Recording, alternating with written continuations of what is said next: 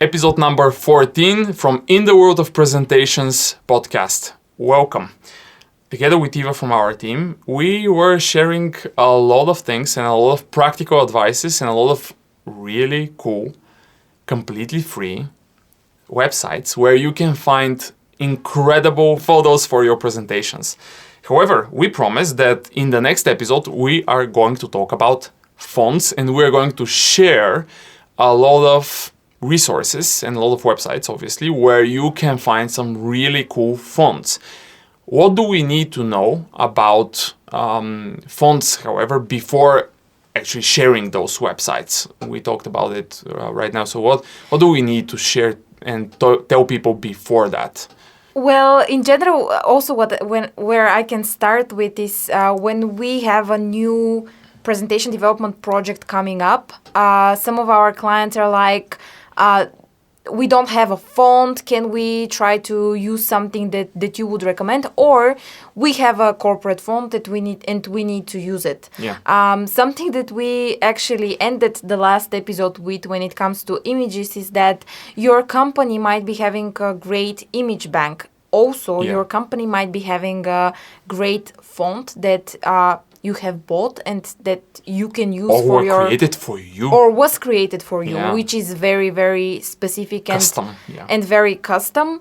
So make sure that also before you start looking for a font yourself, if you're working at a company, make sure that you ask your marketing or PR department if you have fonts that you can download from, let's say, a SharePoint or a OneDrive that you have in your company. Or maybe you also have it pre-installed actually on your computer, but you don't know that it's there. Yes. So make sure that you follow the brand guidelines in regards to fonts and styles and colors and everything, if you have them. Yes. And if you don't, then, well, it becomes interesting. Yes, you have the freedom to pick your own font.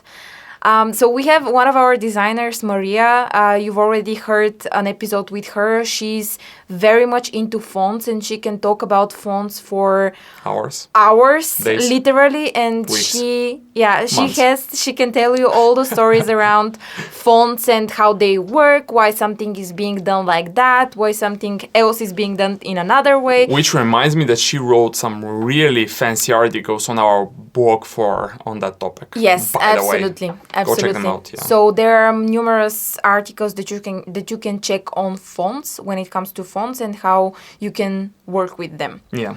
And by the way, don't forget that even if you have a freedom to choose any font, before you go to any of the websites that you are about to hear, you have to have administrative privileges on that machine. Otherwise, it won't work. Yes, Yeah. Otherwise you won't be able to install the font. Yeah. And even if you are able to install the font, no matter whether or not you are on a PC or on a Mac, also don't forget that you have to restart all of your Office applications if they were opened while you were installing the font, because if you don't do that, the newly installed font won't show up in the drop-down. That is applicable both to Macs and to PCs. For Macs, we have even seen the need to reboot the whole computer in order for the font to show up. Anyway, Yes. so where are we starting? Which is the first website that people need to know about? Before we go into the websites, Okay. one thing that our designers always advise, not just clients, but people that want to use fonts in their presentations, is that fonts, they have their own voice. True. So the type of font that you're going to choose needs to be in line also with the topic and the story message. and the whole message that you want to deliver with your presentation. So just want to put that one out there. Yeah. There are some really cool fonts that look very, very well, but are they saying the message as it is supposed to be set? Yeah. That's a different story. So make sure that you have that in mind and make sure that when you are looking for fonts, they convey the message properly. Yeah. So first website for people who have the complete freedom to download whatever they like. They have administrative privileges, not on their corporate machine, but maybe on their personal ones. Which one would you say? Which the one first is one that your I favorite? know that our designers are using a lot is Google Fonts. Okay, so A great selection of fonts, and humongous database. Let's Yes. go with a fonts humongous database of fonts that you can use and So download. and download. So it's very very easy to do. Just type in Google Fonts, and you will. Yeah, and You they will see also it. support them. Google also, well, that kind of makes sense. But Google also supports each and every one of those fonts if you guys are fans and kind of support the Google Slides software. So if you like a Google font, a font from Google Fonts, and you also like Google Slides, you can use any of those fonts in Google Slides, even though you can download them locally and install it and work with them in PowerPoint, Apple Keynote, any other software, except for Prezi. Prezi is a Yes. bit more. It's a different world. It's a let's say. bit different world. There are some tricks, but it's not for the end user to have that and to know that. So okay, Google Fonts number one. One of the websites that I really like and I really used before even the company started was fontsquirrel.com.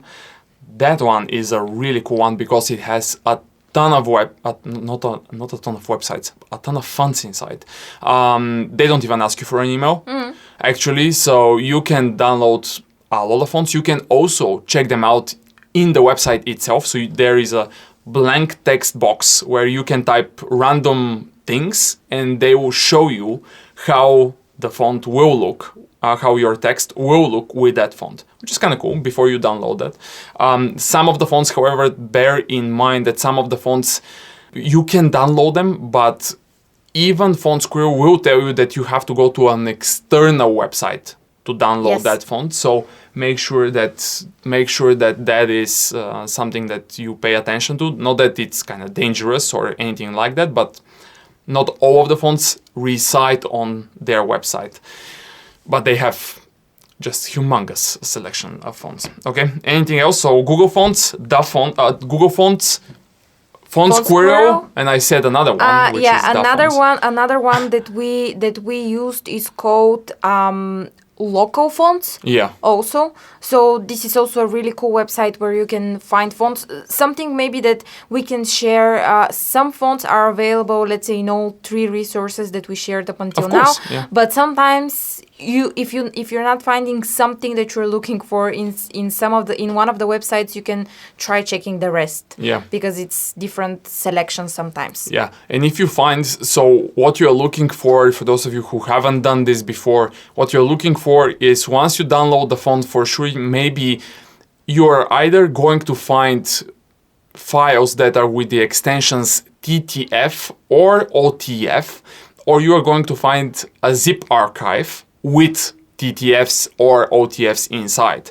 TTF stands for True Type Font, OTF stands for Open Type Font. So these are the font files themselves. So Yes, yeah. and by the way, just one brief note here. We are going to have different articles between the differences between TTF and OTF types we of actually fonts. have that article. We have that one. It's not yet ready. Should be published anytime soon. But it explains the difference very well. So Okay. if you're really into fonts, Maria, our designer that I already mentioned, she did a very thorough research on both types and what I you thought should we be already using. have that article. Obviously, I'm not informed that well. Anyway, so Google Fonts, Local Fonts, FontSquirrel. I mentioned already yet another one, which is called DaFont, DaFont.com. Again, yet another resource where you can find just insane amount of fonts. But then the fifth website that we have to mention is because we are located in Bulgaria. And because here we are not using obviously English or any other Latin, let's call it, type of language and words, and not words but symbols, we have the issue with Cyrillic, as they call Alphabet, it. yeah. Alphabet, and not all fonts support that one. However, we have a website for that one, and it is It's called Font Fabric. Font Fabric. Yes, so they have a great selection of fonts that support Cyrillic alphabet. Yeah.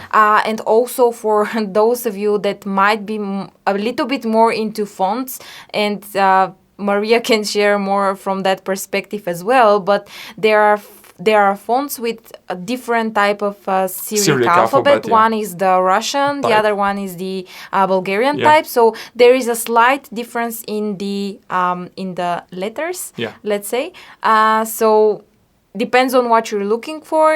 You can check that one out and see what the differences are. Yeah, and if you're listening this podcast in Bulgaria and you are going to be preparing a presentation in Bulgarian, bear in mind that even if you meet a graphic designer here in Bulgaria and ask him or her which type of font should you be using, is it the Russian alphabet, is it the Russian Cyrillic version or the Bulgarian one?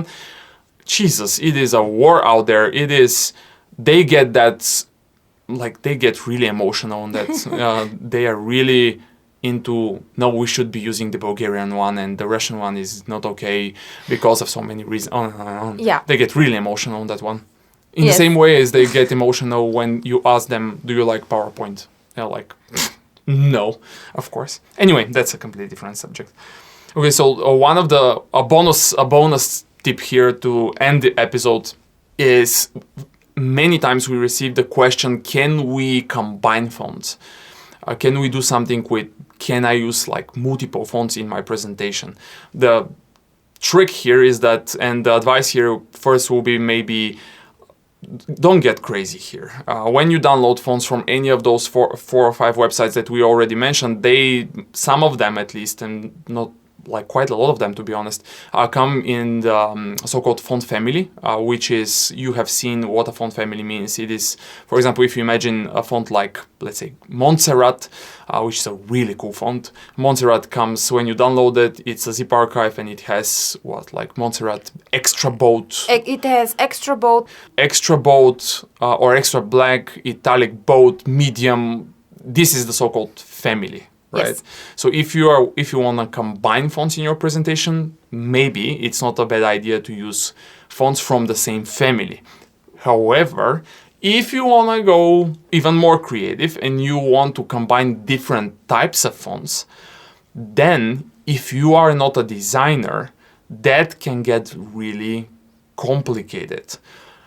And that's why there is another website that we would highly advise you to check out. And it's called FontPair. When you go to FontPair, again, as in the previous episode, it is all free. They don't even ask you for an email. When you go to FontPair, you will find a search box. And in that search box, you have to say, which is your font? And for example, if you type in Montserrat, FontPair will return the results. And you'll see in the results which other fonts go together well with Montserrat. And they will even tell you which one should you be using for titles and which one you should be using for the body. It is extremely cool website for all of you who want to get even more creative. Fontpair.com. Go check it out. So yeah, that's that for like this episode, which is episode number, which one? 14. Number 14. It is 14. Yes. So again, FontPair, local fonts, the font, Font Squirrel, Google Fonts, and Font Fabric. And fontfabric.com. TTFs, OTFs, you have to have administrative privileges to install. If you work in a corporate environment, careful there. You may be having a font that you have to use, even though sometimes you don't like it. Well, that's how it goes. And in the next episode, we are talking about icons. So stay tuned for episode number 15. Jesus, I'm bad with numbers. With episode number 15. And until then, well, I don't know. Create great presentations. Create great presentations, maybe. Thanks, guys. See you next time. Yet again.